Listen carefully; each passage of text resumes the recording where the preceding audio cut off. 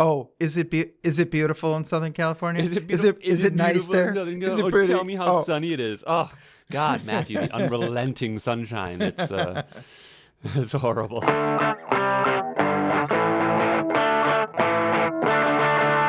And welcome back to another episode of Exposing Ourselves. I'm Travis Ritchie, and this is episode number 18. We can vote now. This is the show where we expose each other to new things. Matt, a big music fan, will assign me one of his favorite albums or playlists to listen to each week. And I, a movie buff, will give him one of my favorite films, and we come together on this podcast to discuss it all. And with me, as always, is my very good friend, Matt Runquist. Hey, Travis. You know, this week you listened to Florence and the Machine, and I watched the movie The Predator. Yes, indeed. Just Predator. Just Predator. I'm sorry. I totally messed that up. No, and it's only important because I think there now is a The Predator Okay. movie. Yeah, so oh man, we could talk about that. But before we get to any of that, Yeah. how the heck are you? I'm pretty good this week. Pretty good. The weather Minnesota there. was. How the heck are you, Matt? The weather was absolutely gorgeous this week. Mid 70s, low 80s. A little bit of breeze, but other than that, sunny and beautiful. And then today, the temperature dropped into the 40s.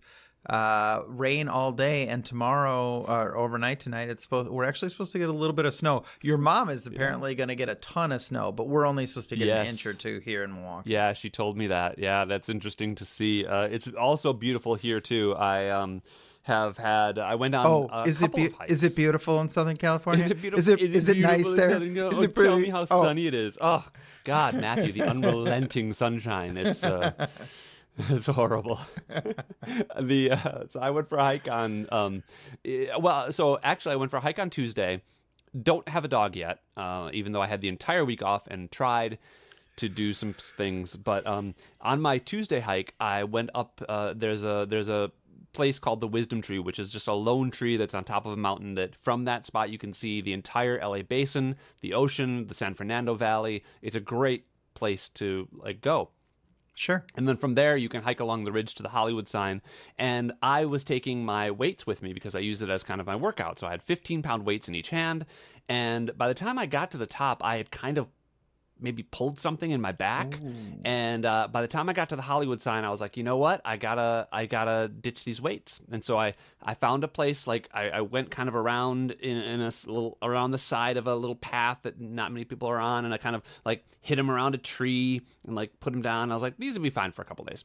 And everybody told me, whenever I told anybody that I was going to leave my weight, that I left my weights on the top of the mountain, they were like, oh no. And I was like, nobody's going to steal 30 pounds of hand weights. What? Are you going to go to the top of the mountain and see 30 pounds and be like, oh, I want to carry that down? And so I'm like, that's fine. And also they weren't where many people went. So you're talking about the number of people that even would have seen them. And then the percentage of those people that would have been inclined to take them was minuscule. But every person, probably 3 or 4 people I happened to mention to, they were like, oh, they're going to get taken. So yesterday I went back up the mountain. If this story doesn't end with a rattlesnake bite, I'm going to be very upset.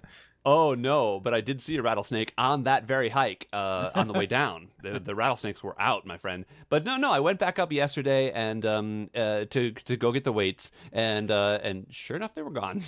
No way. Yeah. Oh, my God. Who does that? Oh, I my don't God. know. Oh, my God. I was a little, and what's funny is I was going up and I was kind of steeling myself for the possibility, like how you hope for the best, plan for the worst. Yeah. And I was steeling myself for the possibility that they would be gone. Yet when I got to the point where they should have been and saw that they were not there and just the indentation in the dirt of where they were, I was like, God damn it. My theory is it was a good Samaritan environmental type who was like, oh gosh, got to take the trash off the mountain. I thought about that. Yeah. But if you think about it for even a second, you're like, 1 no, second. these are someone else's things that they're not, no one's just going to leave weights at the top of a mountain and not go back for them, So well, it's some kind of world. perturbed. It's some kind of world. It is. It is exactly some kind of world. Also, you gave me there for just a moment, basically a movie pitch in a line, which was rattlesnakes in WeHo. When you said all the snakes were out, I was like, All the snakes. all the snakes in West Hollywood are out tonight. It's nice. Just shaking our thing. They it was actually the rattlesnake I saw was pretty big. It had 8 or 9 segments on his rattle, Wow. which they gain about 3 or 4 a year. Every time they molt, they gain a new segment to the rattle, and so that's kind of a way that you can tell how old a rattlesnake is. And it was big, and I almost didn't see it until I was right up on it. Partially because I was listening to this music that you assigned me. Oh, So, sweet. Florence and the but Machine other causes than that- problems. Yeah. Other than that, it was today I had a birthday party to go to, which was fun. I had so unrelated. Before I went for that hike where I pulled my back, I was going in for my very first acupuncture appointment ever. Oh, yes, I remember. Yeah, how'd that go? Have you ever had acupuncture? No, sir. It was interesting. First of all, like they say, you barely feel the needles. Nope, that's true. I almost. I don't mean nope as in that's not true. I mean nope as in yep, you don't feel it. So here's this like thing me- that we this do is in like the me Midwest. trying to talk to my.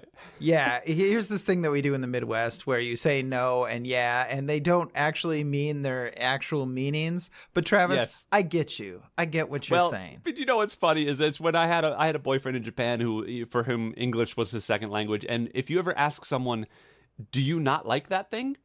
Yeah, that's a tough and one. the answer, if you don't like the thing, is no, I don't like it. But he would always say yes, Yes, I don't like it. confirming my sentence. Right. Instead of like, and so it was always very confusing.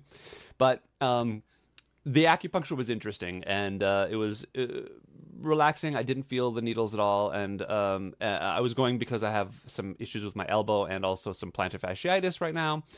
The elbow actually does feel a little better. The foot not so much yet. So Okay. and now I have the back pain on top of it. So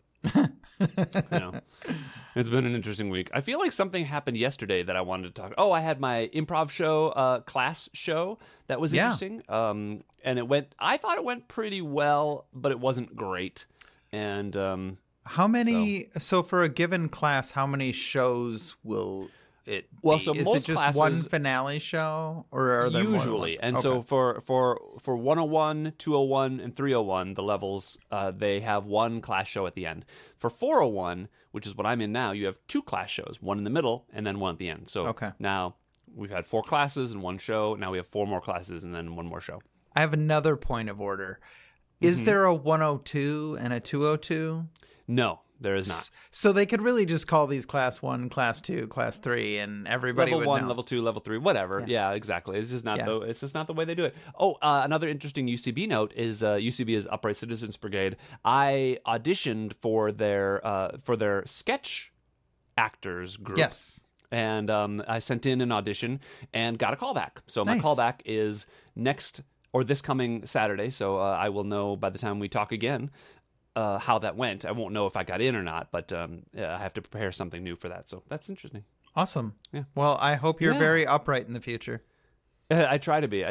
And also, I handed in my manuscript to my new publisher. I Excellent. went through and did a draft, redid the draft of Decimus, and so it should be back out. It is now currently unavailable. So if you bought my book, Ah, you have it, and but I- if you didn't, you cannot for several more months. I did, and I do, and I'm about a third of the way through it. Oh, nice. Nice. Yeah. It's been So I have this thing where I fall asleep when I read. It feels awful because I love reading, and when I was a child, I used to read, 200 Late into the night. 200 or 250 books a year, right? Oh, wow. And now, Wow. I would read a ton. And now I read like maybe 10, right? Yeah.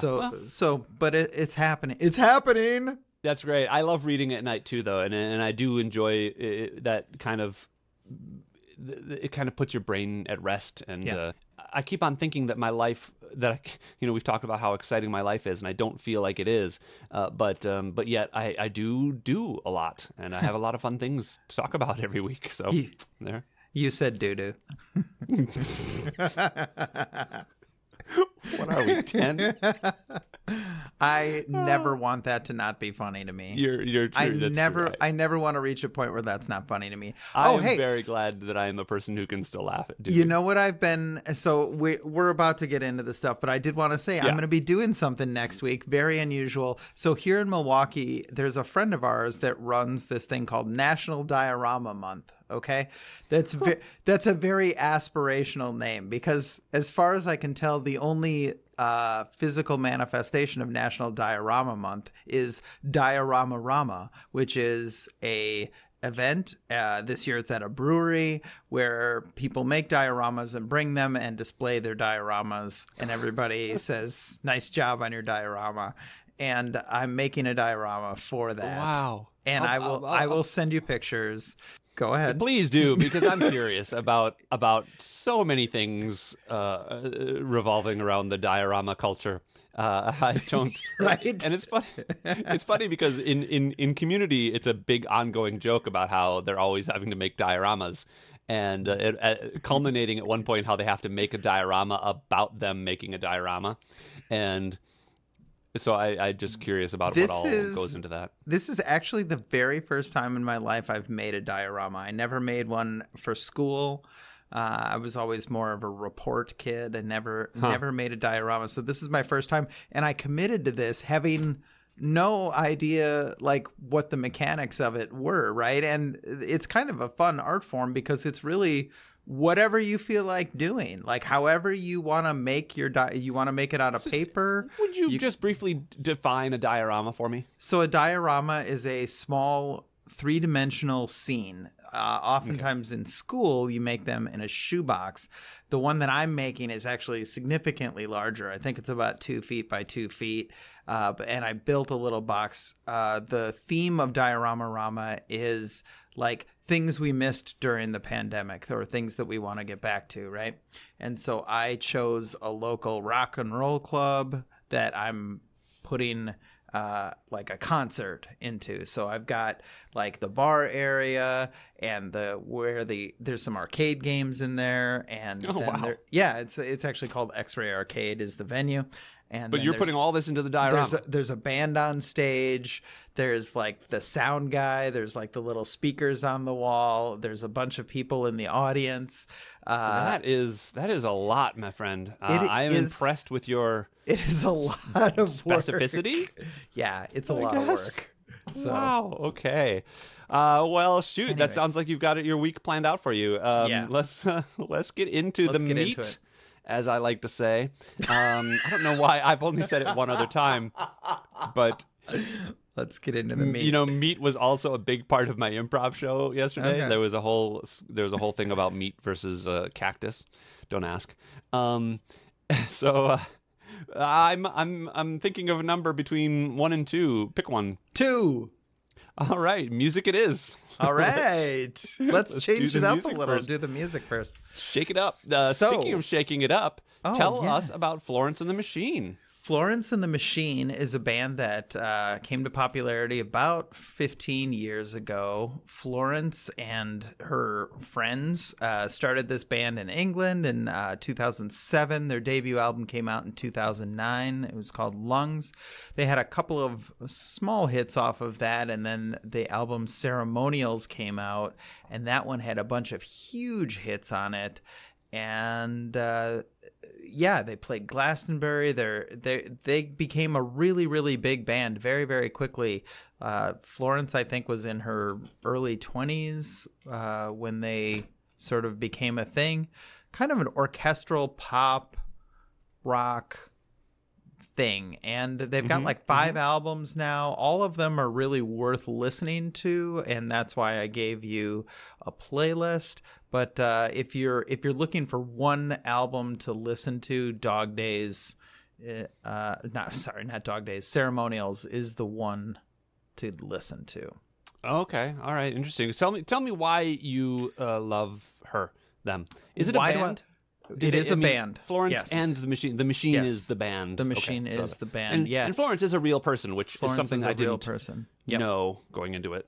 Yep. I love it because it's really good, very emotional music, and she's got a fantastic voice, Yeah. I don't need any more than that. All right. So I guess I'll start with what I liked about Florence and the Machine. I mean, and it goes to several of the things that I've talked about in the past. The energy of the songs is good and high. The singing you can understand, and the singing itself is good. It's pleasant to listen to her voice, and there are good use of hand claps and those kind of things. As far as the things that I didn't like about them, none. I have no notes. This is a perfect You got playlist. me. You got me. You got I me. did. Honestly, this was such a joy to listen to. I have no, I loved this playlist. I loved listening to it. Now I have heard the first two songs on the playlist, which was Dog Days and or Dog Days Are Over and Shake It Out. I've Mhm. heard, but oh man, Matt, let me tell you about the experience of starting this playlist. I was on Okay. my hike. Tell me about the experience of starting the I, playlist.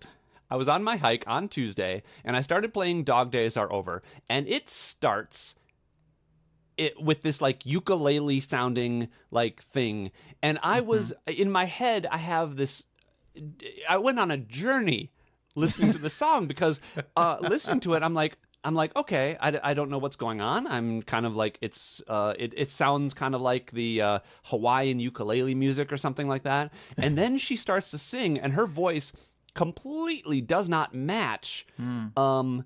what you think is going to go with that music, right? Sure.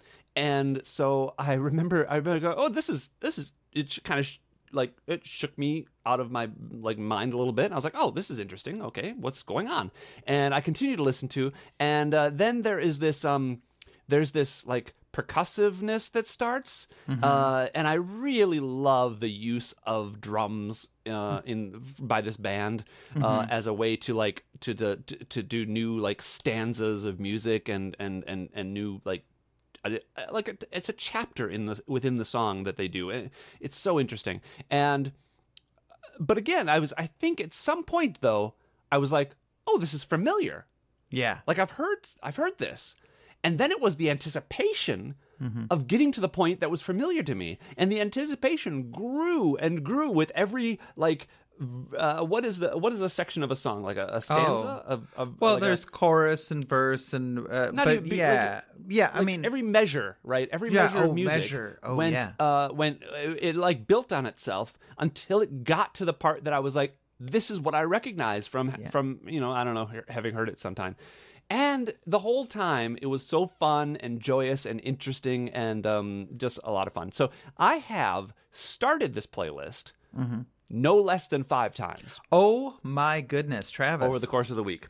Now I might have like any short bike ride that I've had, like I'll set it to play, and I might only get 2 or 3 songs in. All right, so Mhm. but it's also I never remember where I left off, so instead of trying to pick up where I left off, I'll just start it over again the next Yeah. time I start it, and so I've listened to it all the way through 2 or 3 times, which Mhm. is in and of itself fairly exceptional, and but yeah, I just like honestly, I don't have any notes, like critical notes, because the I love the lyrics. There's a line in "Shake It Out," which is my now my maybe first favorite shaking song.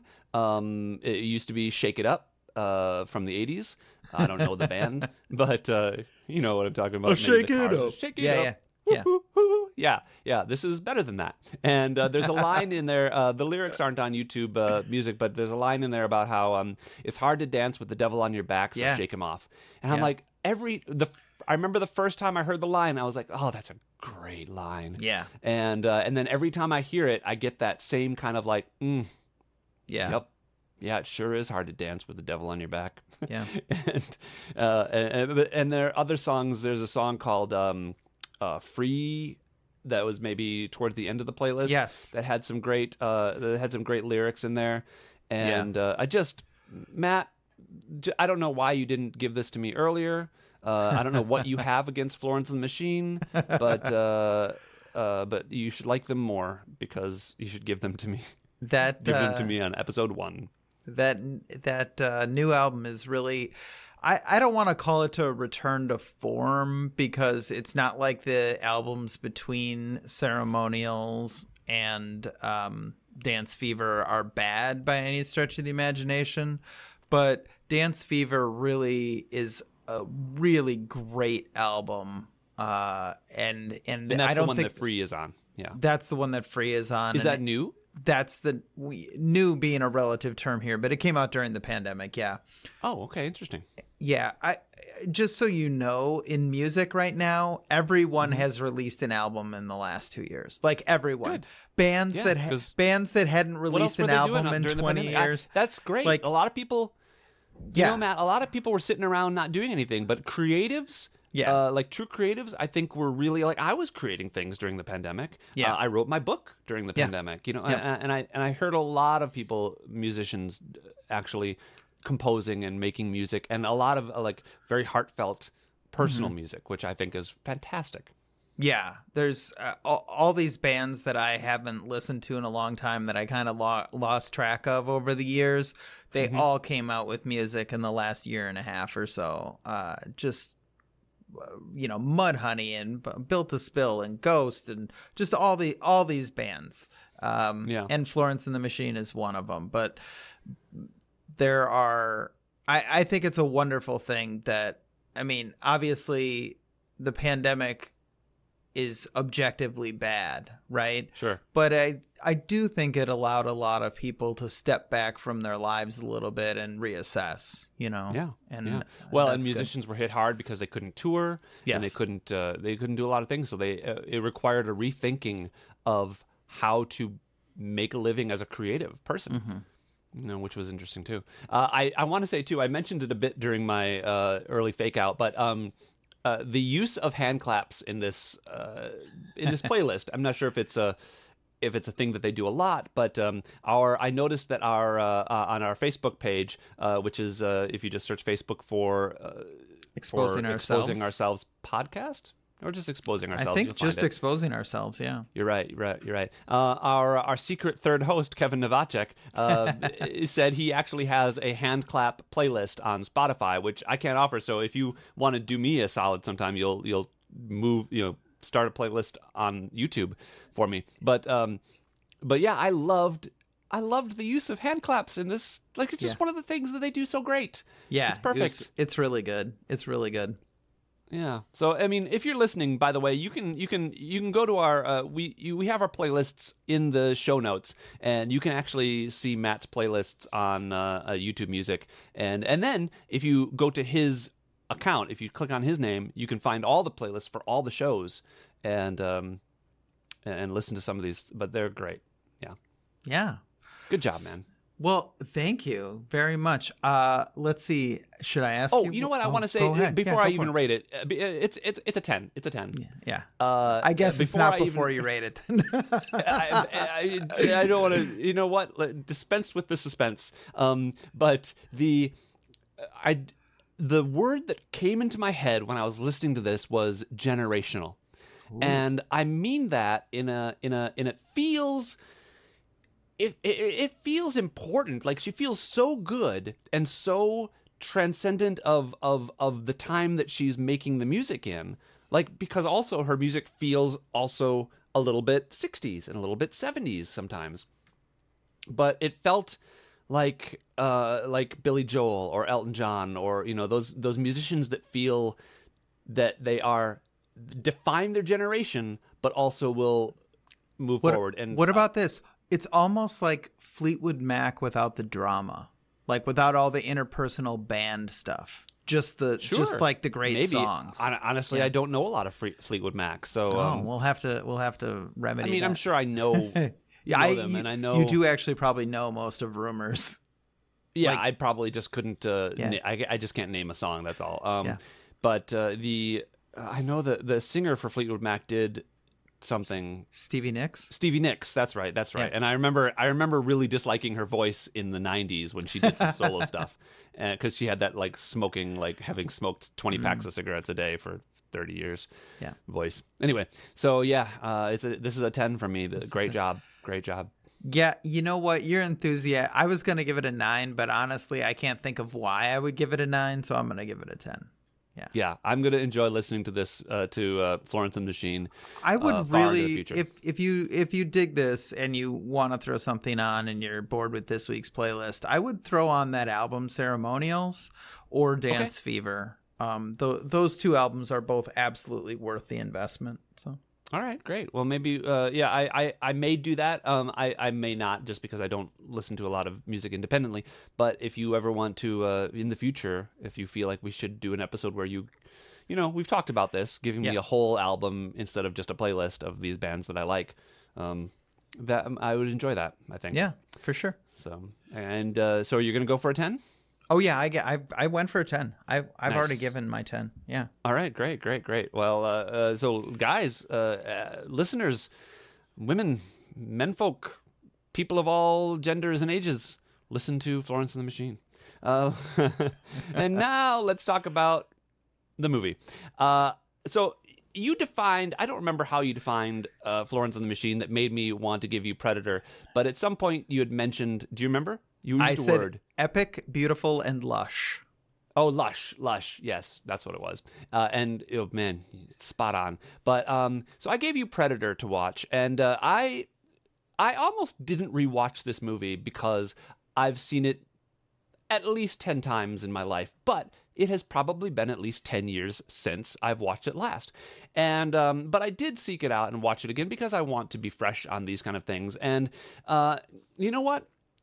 Predator holds up for me, and I hope it did for you too. It was directed by John McTiernan, who is interesting. You've certainly seen Die Hard, right? Yes.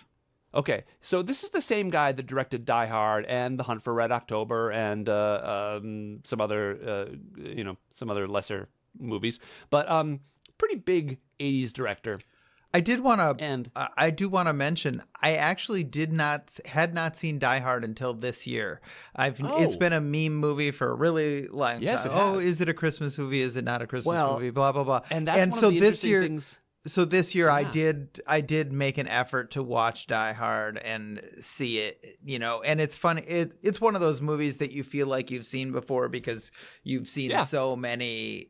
Yeah, when I finally saw references to Citizen it. Kane, Yeah. I was like, "Oh, I've seen that in Yeah. The Simpsons." Yeah, Yeah. exactly. And what's funny is Predator has a lot of those moments too, where it is certain things are so like ingrained in culture. I've seen them now in other things, from the I ain't got time to bleed moment to if it bleeds we can kill it. That's started with Predator, or even just the two heroes meeting, the two main guys meeting and going, Dylan, you son of a bitch, and like that whole line, and like Rick and Morty just parodied that recently, and so it's got a lot of those things. One of the things I love about Predator is that it's action adventure of the type that got perfected in the 80s, I think. And before we had to kind of pull back from the kind of like excessive killing of people. Back when it was just okay to like mow down dozens of nameless bodies with weapons Yeah. fire. And so it was in that day where that, but also added sci-fi, which of course speaks to me personally. I love sci-fi. Alan Silvestri, who did the score for Back to the Future, did this, and it's a great music. I think the watching it again, I was really noticing how perfect the casting was, because you get almost no exposition about who these people are, who this team of soldiers are that go into the jungle. And I'm not going to bother with too much of the plot because I'm assuming most of our listeners know Predator. And you'll pick it up as we talk. But this team of soldiers goes into the jungle on a rescue mission, and it's 5 guys, and you don't get any information on them, but you know exactly who they are. You know just by looking at them, and tiny little character moments that they put in at the very beginning. You understand what these guys are, and so it's some of the. I'm going to say this, and it's a weird thing to say, but it's some of the best acting we've gotten from Arnold Schwarzenegger ever. Like, he's not known for his acting ability, but he does some pretty good acting work here. Like his, it just some of the moments are fantastic. It had, I mean, the Stan Winston did the creature effects, and he came from Aliens and some other stuff. So like really great work there. I don't know, for a movie, as a movie, there are maybe two little flaws that I had, but it totally stood up for me, and remains one of my favorite genre pictures going forward. So, yeah, on a budget of like less than $18 million, they made this movie. Are you going to disappoint me? That was it was just a heck of an intro, man. We might want to put a stopwatch on that. It's a childhood favorite, but I was kind of surprised at how much I still love it. So Nice. I'm interested to hear what you thought. I definitely understand why this immediately popped into your head when I said the word lush. It is shot on location, I believe in Central America or in a jungle for sure. Yeah. And the color palette of the first half of this movie it's not a palette at all. It's green. Like green is the color of this movie. And and I love that. It's photographed in a way that even though it's almost monochrome, the picture is always very easy to understand. Yeah. Right. And what's interesting is this was a time before color correction was a big thing. Yeah. Like there was no digital color correction back Right. then. So you shot what you needed to shoot, and that was pretty much what you got. Yeah. The way the shots are composed really allows you to understand what's going on, even though you have a bunch of guys in camo in a green forest. Like it's an incredible technical achievement. It really is.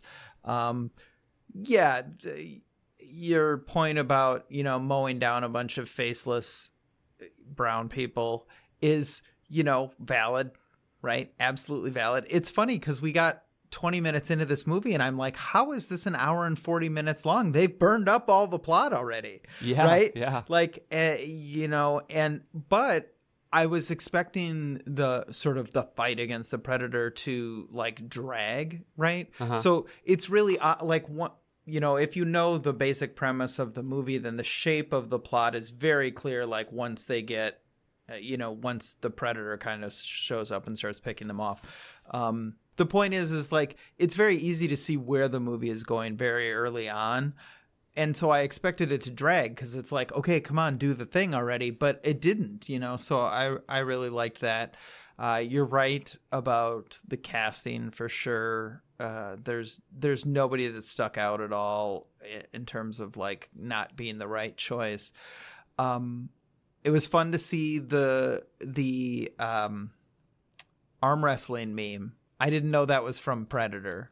Yes. Yes. Like so.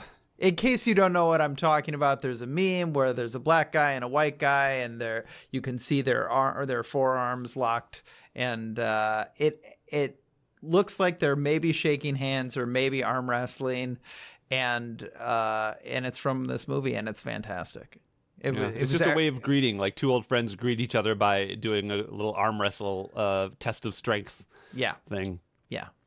And it's Arnold Schwarzenegger and Carl Weathers. Yeah. Carl Weathers looks fantastic in this movie. Yeah. Well, you forget that he was Rocky Balboa's first. Don't forget that he was Apollo Creed at all. I don't forget that at all. But he looks great in this movie. Arnold is juiced to high heaven here. He looks fantastic. Mm-hmm. It's all good. I really liked all that. Jesse Ventura. Jesse the Body Rocker, Ventura. Wrestler Jesse Ventura, future governor. Future governor. Yes, only about 10 years after this movie, I would see Jesse on the campus of the University of Minnesota. Did you vote? I voted for him when we were at the U of M. I did not vote for him. Oh, I did. Because at the time, my wife did, but I did not vote for him. I actually voted green in that election. But, okay, fair enough. So yeah, because the Republican and Democrat candidates that year were just both awful. I remember. Anyway, here's a point that I want to make. You Hmm. mentioned action adventure, you mentioned sci-fi. This is in many ways a horror film. This is a very Yeah. much a spiritual successor to Alien, Yeah. which the original Alien, not Aliens, Alien is very much a horror film, and this has the same structure as a horror Yep. film. Yeah. Or Arnold Jaws, with Arnold Schwarzenegger as the final girl, and it largely works, right? There's like it all fits Well, together really nicely. The action makes mostly sense, right? There's a few yeah. things where you get a bunch of jump cuts that are just kind of like things exploding, and Sure. you're like, Yes. I'm not sure why that blew up, but probably somebody hit it with a bullet, right? Uh, Right. you know, Or a grenade or something. Yeah. or Yeah. or a grenade or Yeah. whatever. um, you know, to the extent that I didn't like it, it was, I think, just my sort of general uh, my general sort of like Aversion to this is violence, or this is not my type of thing, right? Like okay. I don't get filled up from this sort of thing, right? It does all feel kind of pointless to me a lot of the time.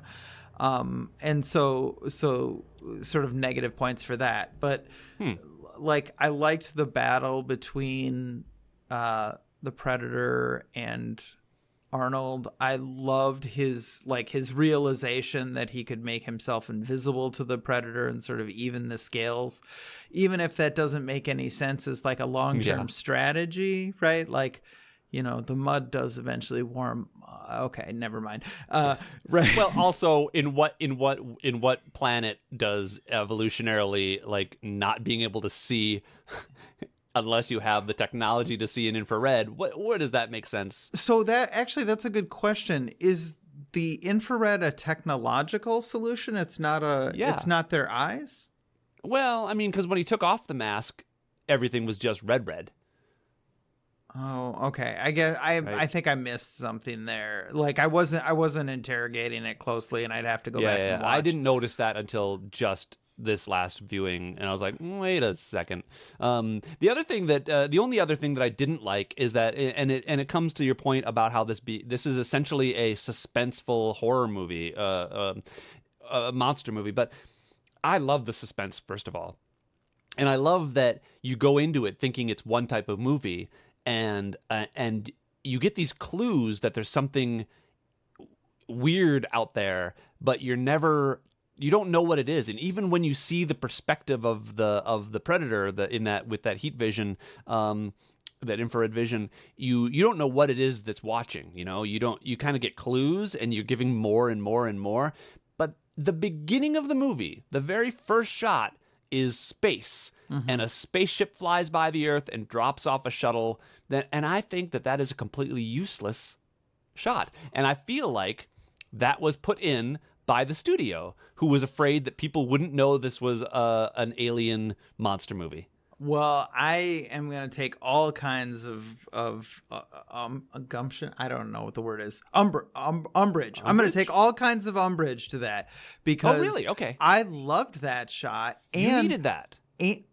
and my wife missed it and was wondering like what the hell is going on, like what is Interesting. this guy from, what's happening here. Okay, okay. So So for I you, I having that yeah, explanation yeah, sold it. I Okay. don't think there's anything wrong with having that shot. Plus, it explains, like, so they learn about the Okay. predator through implication, right? Oh, Right. he Yes. won't kill someone who's unarmed, so he's got like a sense of like he's got a moral code or something, right? Right. They're all Um, making these assumptions that and turn out to be true, but if you don't know that this dude is an alien, him blowing himself up at the end doesn't make any damn you're sense, right. You're right. right? Nope. Okay. Yeah. But Yeah. he's You're right. in this situation where he's like, I need to destroy the evidence of our existence. Sure, sure. You know. Okay. You're right. That's a really good point. And I think part of me is coming at it from a place where I know the rest of the movies, and I kind of know the mythology of that. So some interesting little trivia about this is that one of the actors, Hawkins, the guy with the glasses, was played by Shane Black, who wrote Kiss Kiss Bang Bang, which we wrote Oh and yeah. directed that movie, Yeah. and also the year that this came out, he had also written um, Lethal Weapon, which came Hmm. out the same year, I believe, as Predator. So and then what's more is Shane Black would go on to direct and I believe also write The Predator, which came out a few years ago and was terrible. Like it should have been the best Predator sequel, but it was actually the worst. And it's kind of a disappointing thing for me because this movie and the creation of the Predator as a being, right? As a like just like the creation of the alien, the xenomorph in Alien and Aliens is such a cool thing, and it has been used very well, and it has been used very poorly.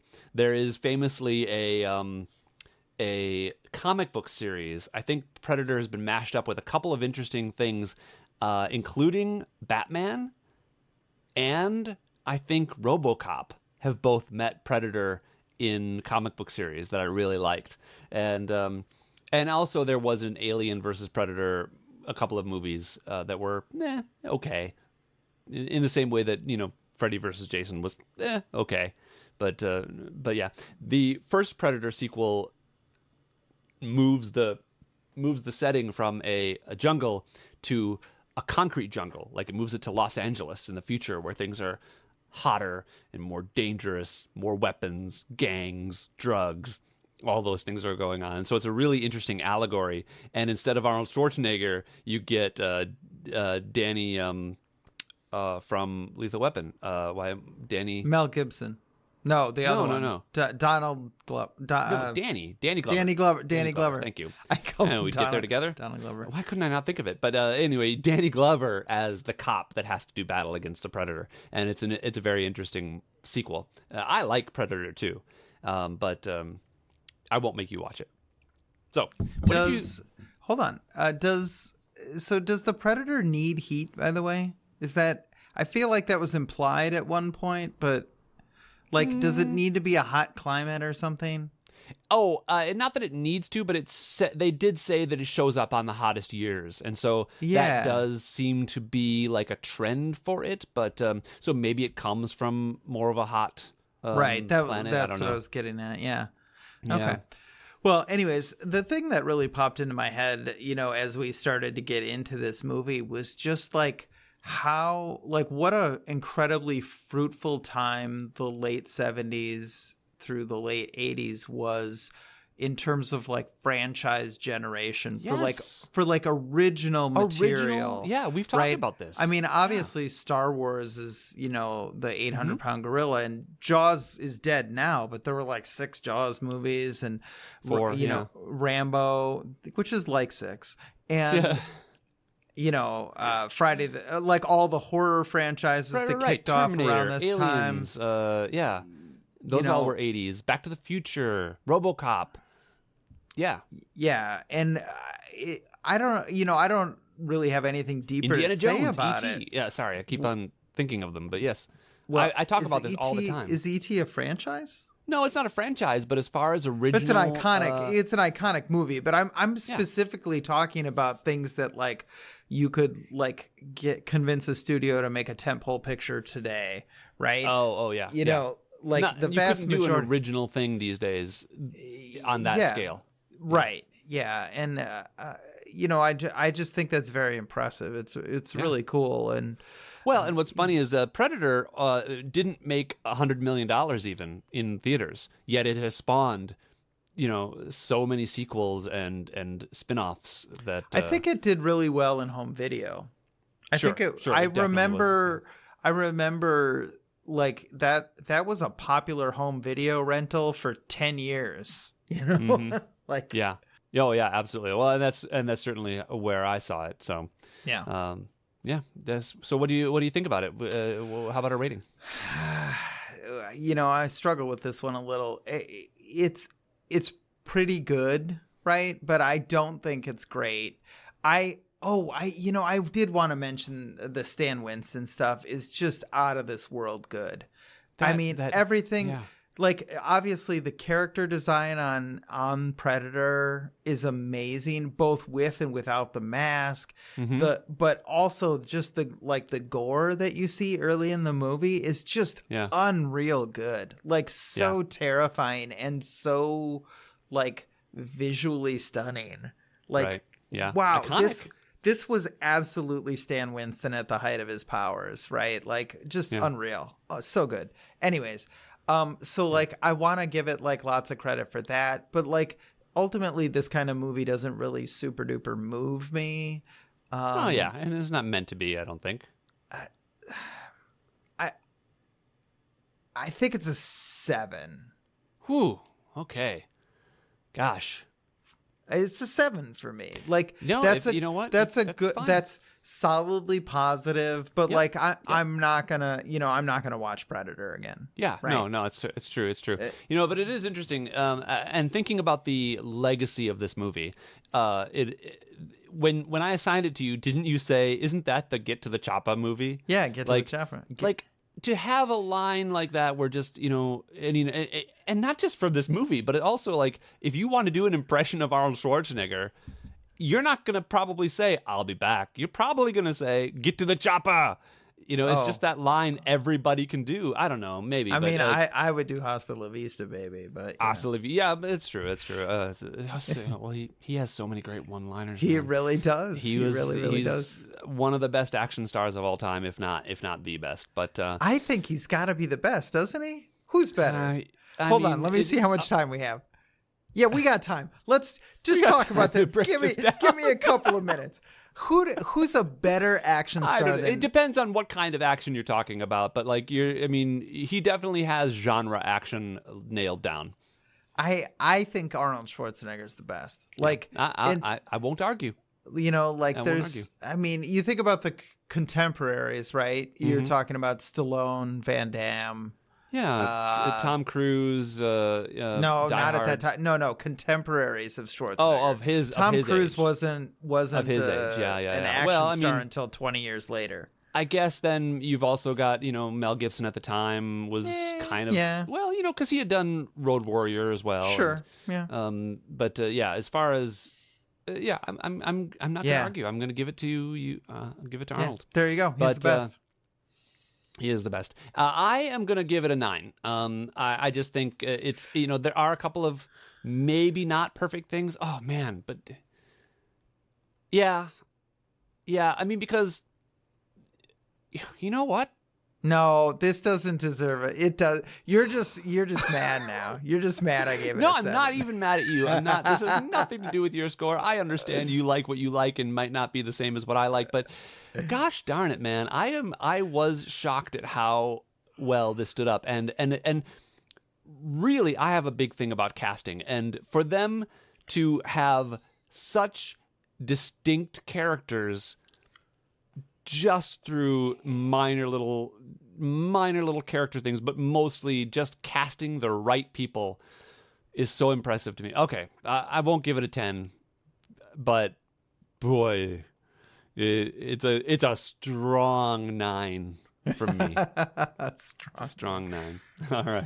A firm, long, hard 9. Yeah. Okay. All right. Well, lucky we're episode 18, so we can talk in such ways. But let us know what you guys thought, dear listener. Did you like Predator as much as I did? If you maybe not, let us know.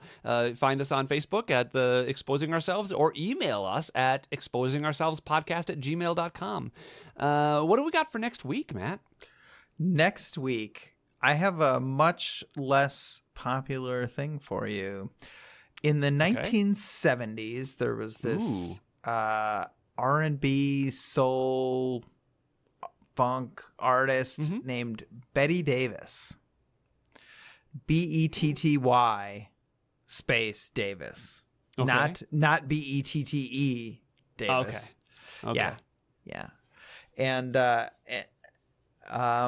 And she's really super good. I ran across this album of hers a couple of years ago, and it's really, really fantastic. It's kind of an under noticed gem. Every once in a while, I'll hear one of the singles from it on like on a movie soundtrack or something. Mhm. It's not completely unknown by any stretch of the imagination, but it's definitely I've like certainly never heard of this person. Is it a woman? Betty Is it a Davis. girl? Yes, it is a woman. A woman? It is a Okay. woman.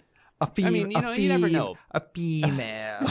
Female. You never know these days. I didn't know if Florence the Machine was just, a kitschy band name. And one of these times I do want you to ask me, they're like, have you ever heard of Queen? And I'd be like, oh, yes, I have. Or, have you ever heard of the Beatles? I mean, there are times when I'm wondering, like, how big of a band can I, like, have you ever heard of Coldplay? I've heard of Coldplay. Okay. Yes.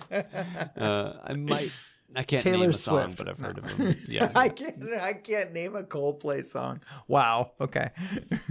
That's fantastic. If Yeah. pressed, I might be able to guess, but no. Okay, so Betty Davis. Betty anything Davis. else to know? Yep. Are you No, assigning me an man. album or a playlist? This is an album. This is her Great. debut album. Yep. It's All really right, good. I'm looking forward to it. What genre would you like for your movie this week? I'm going to let you choose. Oh God, what are my options? Or maybe I should go back in time since you're giving me a 70s something. Well, do you want drama? Do you want sci-fi? Do you want action? Do you want drama. Yeah, I want. What are you gonna give me if I tell you drama? I'm super curious. I'm going to give you. There's a few options that I've got on my list, and I think I'm going to give you The Power of the Dog, which was a recent Oscar contender. I think 2 years ago. I don't think that it won, but I'm not actually sure off the top of my head. I don't think that it won. No, I don't think so. But what it does is it stars Benedict Cumberbatch as a cowboy, and I think that's all you need to know. Okay, sure. Yeah. So Benedict Cumberbatch as a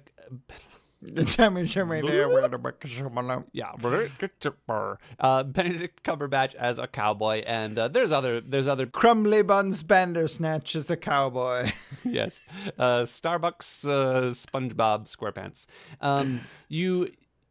But also, I mean, it's a star-studded cast, and it's got a few people in it that you'll recognize. But it's maybe you won't. I don't know who you recognize. But I think it's a good movie, and I want to talk about why I think it's a good movie next week. But all right, cool. Let's do it. It's certainly well made, well constructed. It was an Oscar nominee, and many people thought it was going to win if it didn't. Look, this is a spur of the moment choice. I have a list, and I chose. So I haven't researched this exact movie. I just remember seeing it and liking it. So I'm going to assign it to you. I think the truth here, folks, is that Travis is super excited for next week, which is going to be a very special episode. So next week, assignment is going to be a very special episode. Exactly, yeah. And I've got some options for that too. So we'll see. Options for movies that neither of us have seen. All right. All right, Travis. Well, thank you for exposing yourself to me. Matt, thank you for exposing yourself to me. I love it. All right. I'll see you next week. Yeah, bye-bye. Bye.